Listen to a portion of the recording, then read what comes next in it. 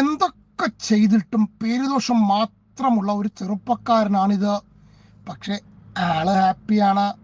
ഇതാണ് ടൈഗർ വിഷ്ണു. ജോലി പച്ചക്കറി കച്ചവടം. പുലിപ്രഭാകരന്റെ ആരാധകനായിരുന്നു. കോങ്ങാട് പാറശ്ശേരിക്ക് സമീപം മാർച്ച് മാസം 18-ാം തീയതി ജുവലറി അടച്ച് വീട്ടിലേക്ക് പോയ ജുവലറി ഉടമയെ മുളകുപൊടി എറിഞ്ഞ സ്വർണ്ണാഭരണങ്ങൾ കവരാൻ ശ്രമിച്ച കേസിലെ പ്രധാന പ്രതി.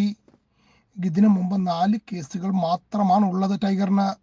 പോക്സോ, കഞ്ചാവ് കടത്ത്, 3000 രൂപ പെട്രോൾ പമ്പിൽ പോയി പെട്രോൾ അടിച്ചിട്ട് വണ്ടി നിർത്താതെ പോയി, പിന്നെ ഒരല്പം മെർക്കുറിയുടെ കച്ചവടം.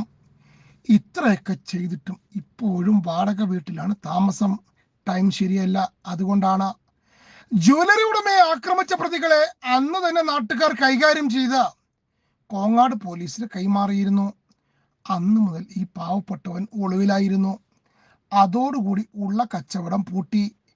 കയ്യിലുണ്ടായിരുന്ന പണം തീർന്ന ഒരു ഗതിയും ഇല്ലാതിരിക്കുമ്പോഴാണ് കോങ്ങാട് പോലീസ് പൊക്കിയത്. ഇല്ലായിരുന്നെങ്കിൽ പട്ടിണി കിടന്ന് കോലം കെട്ടേനെ. എന്തായാലും ഇനിയുള്ള കാലം ഒളിവിൽ കഴിഞ്ഞതുപോലെയല്ല. ജയിലിലൊക്കെ നല്ല ഫുഡാണെന്ന് പോലും. പുറത്തിറങ്ങുന്നതിന് മുമ്പ് ഈ ശരീരമൊക്കെ ഒന്ന് നന്നാക്കണം. കാരണം ഒളിവിൽ കഴിഞ്ഞപ്പോൾ ശരീരം പഴയതുപോലെ ശ്രദ്ധിക്കാൻ പറ്റിയില്ല ടൈഗറിന്.